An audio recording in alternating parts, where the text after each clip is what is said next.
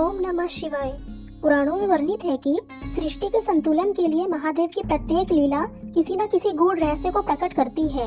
एक समय की बात है जब देवताओं और असुरों के बीच संघर्ष बढ़ता जा रहा था, संसार में अधर्म का भार फिर से भारी होने लगा। तभी महादेव गहन तपस्या में लीन हो गए। कैलाश की शीतल भूमि पर उनका तप इतना प्रचंड था कि स्वयं सृष्टि उस उष्मा से कंपित हो उठी।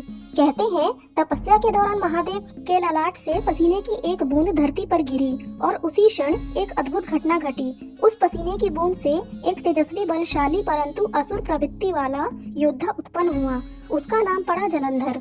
जलंधर कोई साधारण असुर नहीं था, उसके भीतर महादेव की शक्ति का अंश था।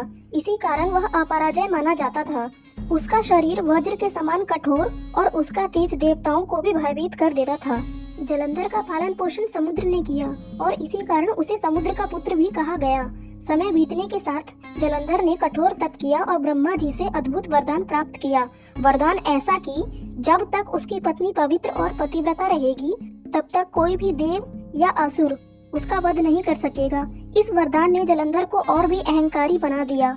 उसने देवताओं पर आक्रमण किए, स्वर्ग को हिला दिया और स्वयं को सर्वशक्तिमान समझने लगा। परंतु वह यह भूल गया था कि जिस शक्ति से उसका जन्म हुआ उसी शक्ति से उसका अंत भी निश्चित है। अंततः धर्म की रक्षा के लिए महादेव को स्वयं युद्ध भूमि में उतरना पड़ा। भयानक युद्ध हुआ। आकाश, पृथ्वी, पाताल तीनों लोग कांप उठे। अंत में महादेव ने अपने त्रिशूल से जलंधर का संहार किया और उस क्षण संसार ने यह सीखा कि शक्ति बिना विवेक के विनाश का कारण बन जाती है। महादेव ने जलंधर को मोक्ष प्रदान किया क्योंकि वह भी उन्हीं के अंश से उत्पन्न था। इसी कारण जलंधर को महादेव का पुत्र भी माना जाता है।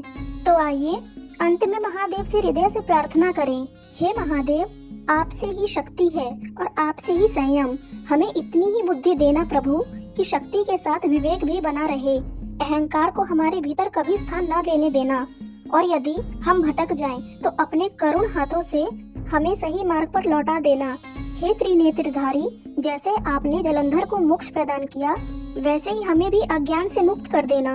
ओम नमः शिवाय। हर हर महादेव।